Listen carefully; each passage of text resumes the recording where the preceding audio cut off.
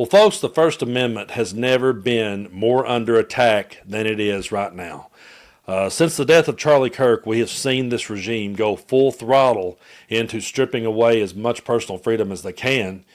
And it's one of those things where I don't see how it's going to get better before it gets worse. We saw Jimmy Kimmel be canceled and taken off the air for saying something that, I'm seeing so many people spin what he said. I can't play what he said for copyright reasons. But he basically said that MAGA had spent all weekend trying to prove that the kid was anything other than their own. That's not necessarily saying that the kid was MAGA. That's not what he was saying. He said they were trying desperately to make sure it wasn't one of their own. That was true. That was really happening.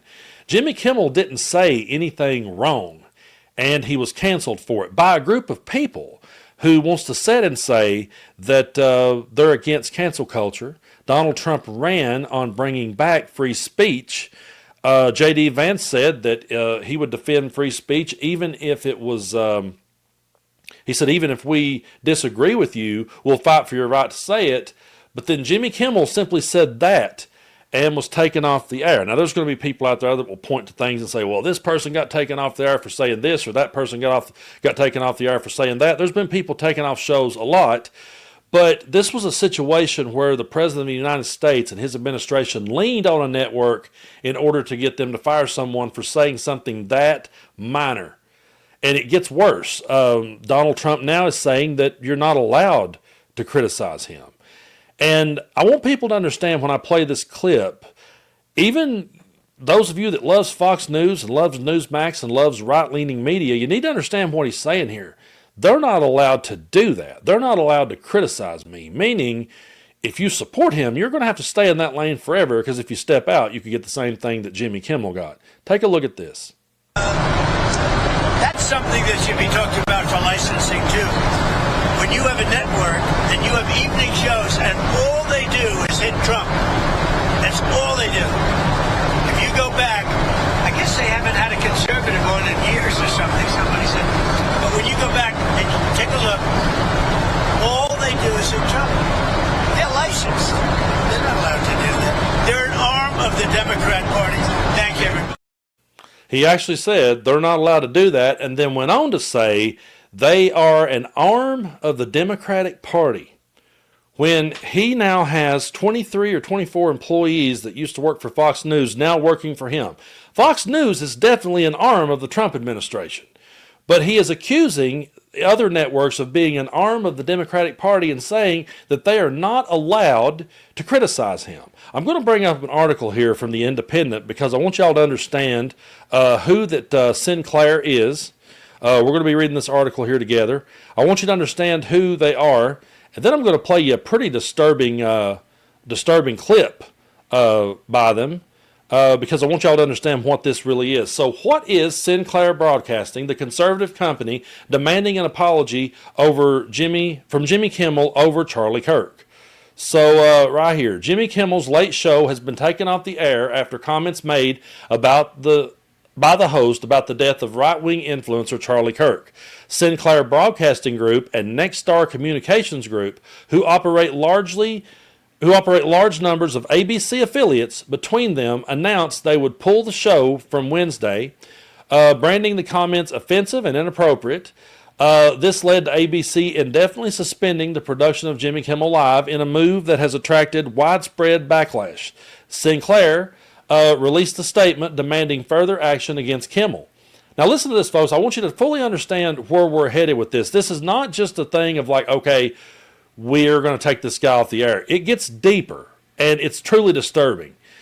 In a press release, the group, which has long-standing ties to Donald Trump and conservative politics, said it would not broadcast Kimmel's program until discussions with executives were held regarding the network's commitment to professionalism and accountability.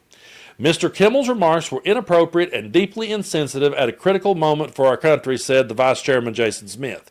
We believe broadcasters have a responsibility to educate and elevate respectable, constructive dialogue in our communities. We appreciate FCC Chairman Carr's remarks today, and this incident highlights the critical need for the FCC to take immediate regulatory action to address control held over local broadcasters by big national networks. Now, I want to just point out real quickly that Brian Kilmeade suggested killing the homeless on Fox News, and he still has a job. Just wanted to throw that out there. I know we all know. But Smith went on to say that that a special tribute to Kirk's life will be available to broadcast for all Sinclair affiliates nationwide during Kimmel's time slot on September 19th. The statement from the company read, Sinclair also calls upon Mr. Kimmel to issue a direct apology to the Kirk family, and furthermore, we ask Mr. Kimmel to make a meaningful personal donation to the Kirk family and to Turning Point USA. What in the hell gives them the right to do that? And what did Jimmy Kimmel say that was so bad that his show would be taken off the air, and then, oh, you want your show back? Well, you have to donate money to us. I hate to do the whataboutisms. I understand sometimes they're a moot point. But you just got to sit and say to yourself, a Democratic president could do the same thing to Fox News. They could do the same thing to Brian Kilmeade. They could say, hey, you know what? If you want to make comments like that about the homeless, then you're going to have to donate money to the homeless. But if they did that, I guarantee you that the First Amendment people on the right would be screaming from the rooftops that they were being censored and that their free speech was being taken away. But do you remember back when Elon Musk's always he would say that everything was scripted in media? Well, he's not wrong, but he always tried to paint it that was only happening on the left. I'm not going to make us watch the entire clip of this, but I want you to understand just what they're doing here at Sinclair Broadcasting, because all of this local media that you're consuming, wherever it is all under the control of Sinclair, and it's all scripted. So for those of you that gives me shit over watching wrestling and says that's scripted, folks, it's turning out that the entire world is turning into a WWE show. We're all scripted now. And I just want you to take a look at a few seconds of this clip, because this is what you're hearing on your local stations. And they're all reading from the same script. Take a look.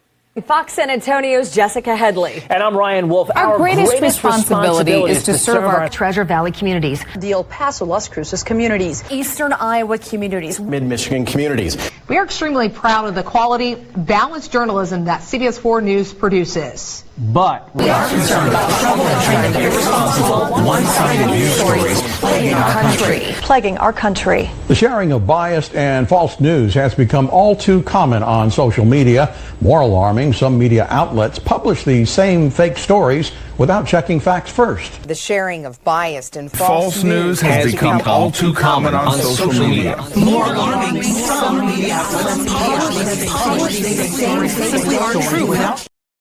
So yeah, when we say that we are living in a fascist time, they get mad, but I always bring the definition of fascism, and you can be the judge as to whether or not this is fascism. Fascism is a governmental system led by a dictator having complete power, forcibly suppressing opposition and criticism, regimenting all industry, commerce, etc., and emphasizing an aggressive nationalism and often racism. So you can you can look that definition up for yourself. You can look at everything that's going on. You can look at everything that I've talked about in this video, and you can see if the two line up. I'm of the opinion and belief that they do, and you're free to believe what you want to. But folks, we have never in our lifetime seen anything like this. And I know I get repetitive sometimes in my videos, but I think the most frustrating part of this is we all saw it coming. We tried to point to the red flags. We got accused of being hyperbolic. We got accused of spreading misinformation. We got accused of everything under the sun by people who had every intention when they got back in power of stripping away our rights to say what we want to say. And I've come across this clip from my good friend and partner, Brett Marcellus. Love him. And shout out to him. And he just absolutely just lays it down in this next clip. Take a look. All of those actions right there are the First Amendment at work. But the state coming in to silence people, to say we could do it my way or the highway, we could do this the easy way or the hard way, that right there is not the First Amendment at work. That's the crushing of the First Amendment. That is simply authoritarianism. And the fact that so-called people who claim to believe in free speech fail to distinguish between the two is just outrageous to me. Think about what you're doing to the United States of America. Think about what you are doing by allowing this sort of behavior to take place. This is not what the United States of America is all about. And by the way, the right wing, the Republicans have been doing this for a while also. They've been responsible for a lot of the so-called cancel culture also, even though they pretend not to be. Do you remember after 9/11, they canceled French fries? They canceled using the word French before fries. They called them freedom fries for all. They canceled the Dixie Chicks. Then you represented Colin Kaepernick. They canceled Colin Kaepernick. They did so many things. They had the House Un-American Activities Committee back in the day. They had Hollywood Blacklist to prevent people who they said were communists from being in the industry. There has long been a cancel culture on the right as well. And it's okay if it's coming from everyday people. When it's coming from the federal government and they are silencing citizens, they are threatening corporations, and you have this corrupt corporate system, this corrupt crony capitalism where you have these companies seeking these mergers, seeking to please their masters in order to get their mergers or acquisitions through, you have a very dangerous situation, and that's the one we find ourselves in today. We are in an extremely dangerous situation, and he's right. There's a big difference between the state silencing people versus people holding each other accountable. We've had the conversation so many times about the First Amendment here on the channel. We were talking about it last year during all the culture wars, and they fought so many of them that I could talk about a bunch of them, but we'll just talk about the Kid Rock and the Bud Light one just to make my point.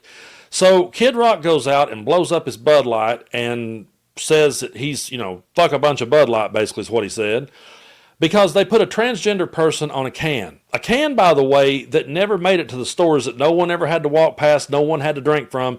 It was gifted to a transgender person. And he took offense to that and then goes out there and does that and encourages everyone to boycott an American company. On the other hand, Bud Light did pretty much leave Dylan Mulvaney in the dark, and that was some bullshit. But the point I'm making is people had a right to disagree. Kid Rock had every right to disagree with Bud Light about that, and he had every right to do what he did. I never said that he didn't have a right to do that and throw that tantrum. He's got a right to throw that tantrum if he wants to. On the other hand, people have a right to not ever listen to his music again if they don't want to. It works both ways. But this isn't a case of that. This is not the culture wars we fought in the past. This is not people saying, I don't like what that person said, or this is not someone being fired for racist remarks. This is the government leaning on a company over a comedian that they don't like, and then saying, we're going to go after The View next, and we're going to go after Seth Meyers and Jimmy Fallon, and then we're going to go after nonprofit organizations, and we're going to deem Antifa a terrorist organization. Antifa stands for anti-fascist. I don't understand. I've never understood that one. I've never understood how that anti-fascism was a bad thing. But they figured out how to make it that way. And they're using Charlie Kirk's death to put the hammer down and go full throttle with their agenda. And Charlie Kirk himself was always talking about free speech. They're trying to make the argument that Charlie Kirk died for free speech and he died for having an opinion. And yet they're turning around and trying to silence any opinion that goes against what they believe. And I'm of the belief that, every type of speech is protected under the First Amendment. There's accountability for that, and you don't have to be associated with people if you don't want to. If you like my channel, you're free to hit subscribe. If you don't, you're free to unsubscribe. You don't ever have to listen to me again.